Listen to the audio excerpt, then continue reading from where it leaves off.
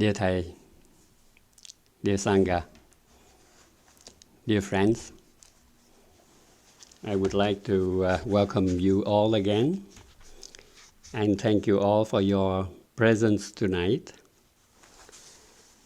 My thanks go also to Monique for the guided meditation part, and my gratitude goes to Marie-Joëlle for her reviewing of my presentation before tonight.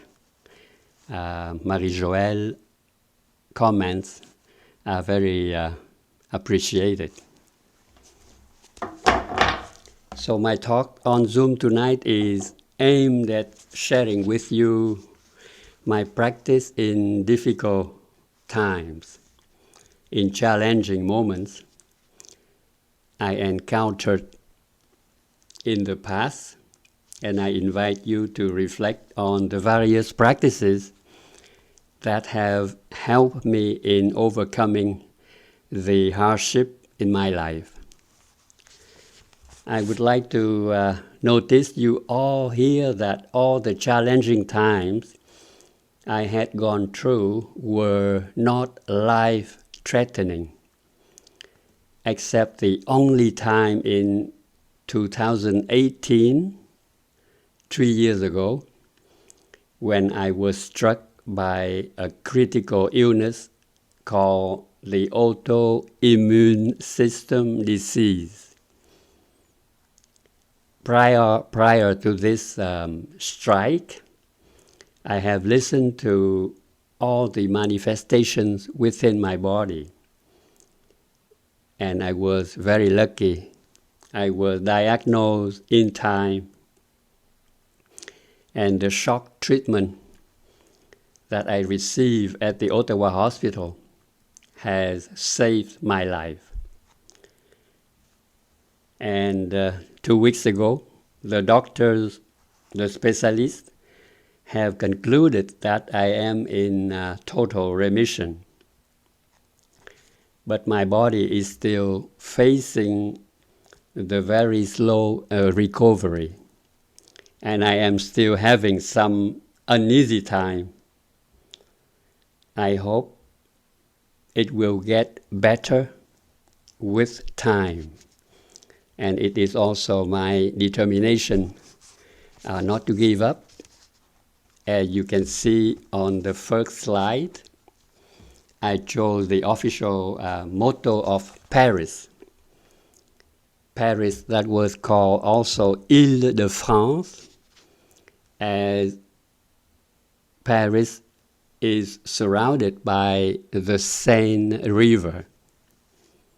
In Latin, we pronounce fluctua nec mergitur, which means literally, she is rocked by the waves, but she does not sink.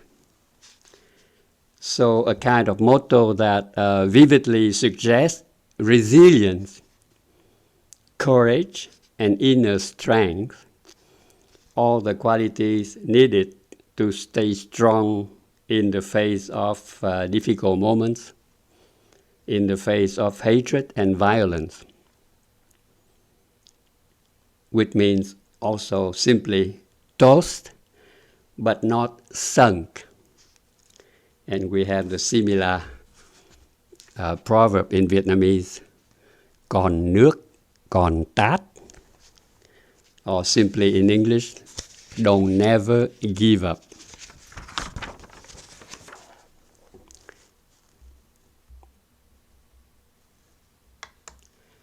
So, let me state the premise here.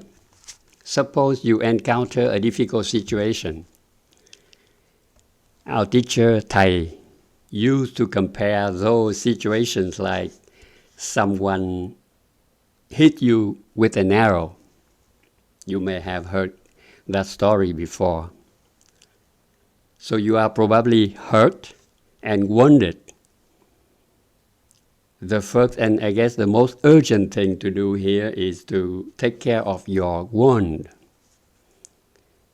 finding way to remove the arrow, stop the hemorrhage, and heal the wound, rather than wasting your time asking, who did this? Who did they do that to me? Where? Why? So the bottom line of this story is about getting help right away to heal our wound and not wasting our time trying to find the cause of the wound at the first place. Like what happened to me in 2018 when I was struck by this illness. The hospital didn't waste time to find the main cause. They applied the blood filtering right away to remove all the bad cells sent by my autoimmune system in my blood.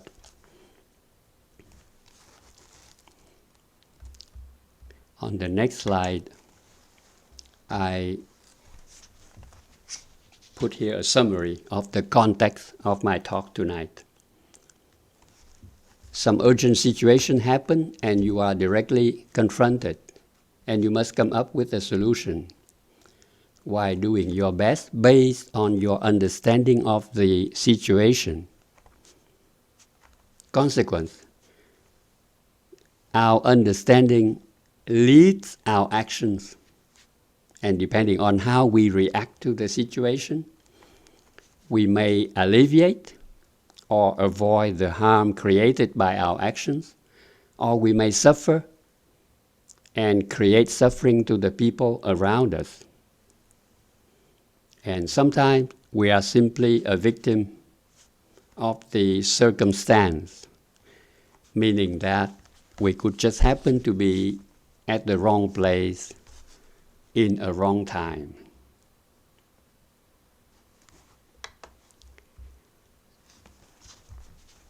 So, depending on the degree of our understanding of the situation and how our habitual reaction is, several possible reactions could take place. I would like to look only into two scenarios tonight. First, with our good understanding of the situation, our hasty reaction could lead us to a regrettable situation. Second scenario, because we practice mindfulness of stopping and deep looking, our reaction could be more appropriate and could lead us to a better ending for us and for others.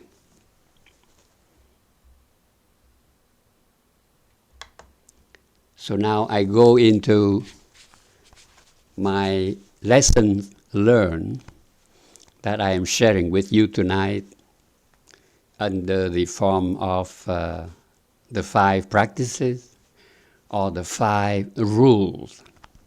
This is the first one. Depending on the situation, take time to reflect on it if you could before taking any action. I will give you an example here. Urgent matter requires prompt remedy. Do not forget to get clarification to better understand what is going on. And the first example I would like to give you here is about the story of water flooding in our neighbor's basement. One night during the winter a few years ago, the City of Ottawa workers knocked at our door with some bad news. Our neighbor's basement was being flooded heavily with water coming from the outside through their basement foundation cracks. And the City of Ottawa workers believe strongly that the water comes from a broken pipe under our front lawn.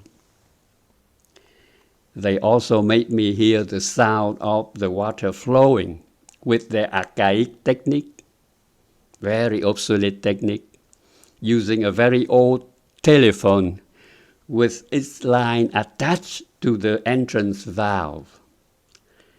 So I had no choice. We must do something. Next morning, I called a digging contractor from Orleans, and they showed up quickly with a backhoe. The term in French is very beautiful, rétrograveuse.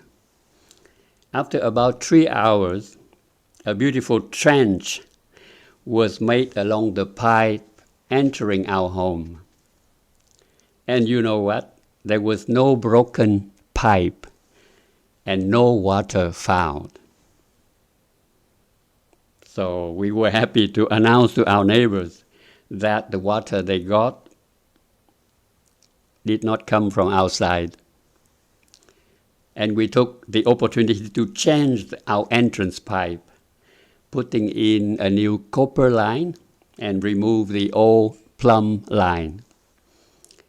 And the city of Ottawa continued to look for the coals without success. Suddenly, 2 weeks later, the main water line in the street popped up, sending a water jet out in the street. Repair took place and water stopped invading our neighbor's basement. So you see, we never understood clearly, but fortunately, the cause happened and they repaired it. The second story here is the story of Mr. Tai horse. This is a wonderful Chinese legend, and I think most of the Vietnamese know about this story. Chuyện ông Tái mất ngựa.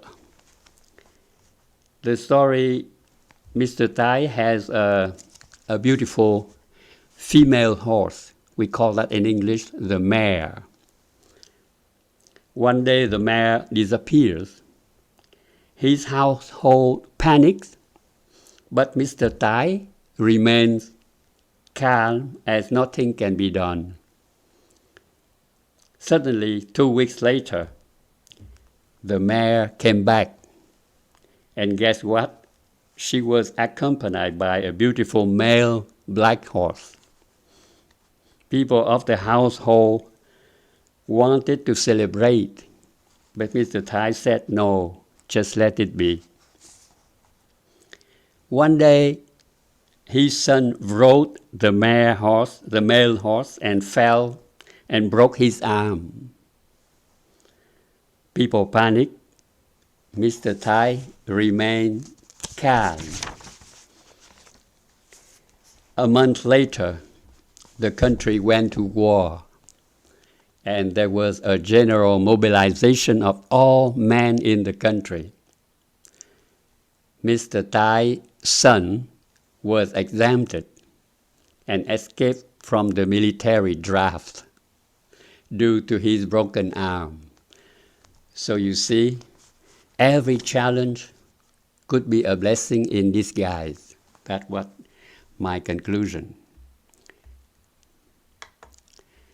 The second slide shows the second rule.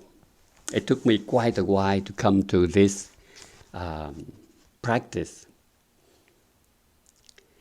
Because what happened to me is in my working life, I had been bullied by my boss at several occasions. Fortunately, I don't know why I did not react. Instead, I looked into what I did that triggered my boss' anger and tried to improve myself with time. Later, I found out that my boss' anger and bully pattern not only that had inflicted on me, but was repeated onto other workers in my laboratory. So the best advice I have here for you is breathe. Just focus on your breathing for a minute or two, or for a few breaths, if that's all the time you got. Get clarification. Don't jump to conclusions based on what you may have just misunderstood and could drag you down. Realize that everything isn't about you. it's very easy to fall into the trap of thinking that criticism or verbal attacks you receive are about you or something you did. Like I said in my case, but it may simply about the other person having a bad day or a bad week or a bad year, or about how they are miserable at their job or in their marriage at this time.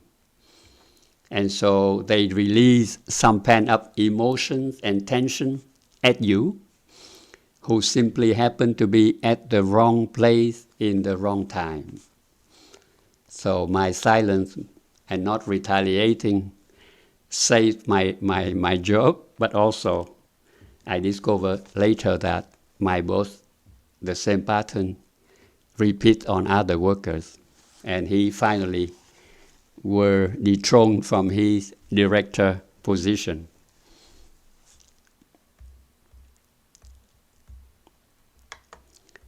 This one is also important.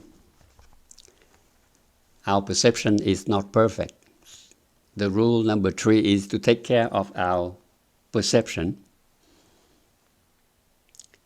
Thầy always said, "Are you sure?" This is the beautiful calligraphy that you saw there. Am I sure? And I would like to tell you the story of the lady of Nam Sương that most of you have probably heard about. Thầy talk often about this story. In Vietnamese, we all know that Thiếu phụ Nam Sương.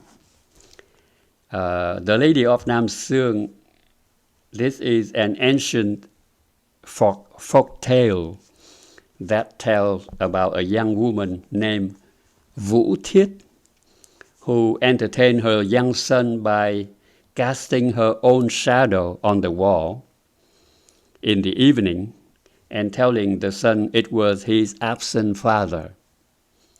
When his father, Mr. Trương, returned from the war, the son refused to believe he was really his father, telling the father, "You cannot be my father because my father comes home to me only in the evening. When my mom walked, my dad walked. When my mom sits down, my dad also does the same."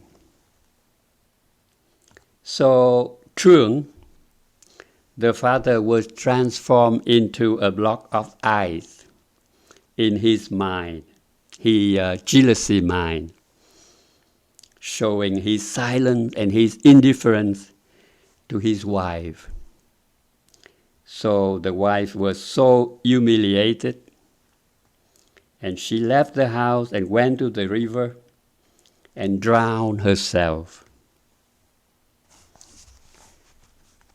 She died a few days or weeks later. One night after the death, Trương held the child in his arms and lighted the lamp. Suddenly, pointing to the shadow cast on the wall, the child shouted, my dad, there he is, there he is." So you can see the unbelievable story that when Thầy talked about that to represent the perception that could be so wrong. So we have to ask all the time, are you sure? And the fourth one is mind your language.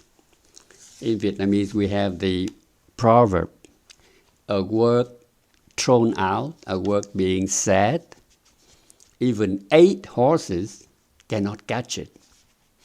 You cannot catch what you say back too late. So in a difficult situation, we used to be pushed by anger or some stressful or tension in our mind or body, and we say bad things. We react verbally, and we could burn some bridges. We could switch off some communication with our unmindful speech. And if anger is still present, I believe that the best is to not say anything. And we have that practice in our mindfulness training, number 4 of the 5 mindfulness trainings, and number 6 of the 14 mindfulness trainings.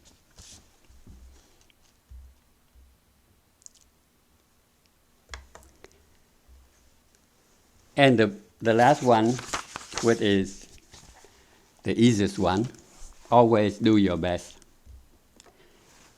Do not give up. Fluctua nec mergitur, còn nước còn tát. By doing your best, the habits of misusing your word, taking things personally and making assumptions will become weaker and less frequent with time. But do not expect that you will always be able to be impeccable with your word. Your routine habits are too strong and firmly rooted in your mind. But just do your best. Don't expect that you will never take anything personally, but you can do your best. Don't expect that you will never make another assumption due to your perception, but you can certainly do your best. If you fail, begin again tomorrow and again the next day. It will be difficult at first, I found, but each day will become easier and easier until someday you will discover that you become at ease naturally with the 5 rules I just presented tonight. And I hope you will find them helpful. So I will end my talk here with a deep bow to all of you, wishing you always stay safe during this pandemic time. And I will invite the bell once to conclude my talk.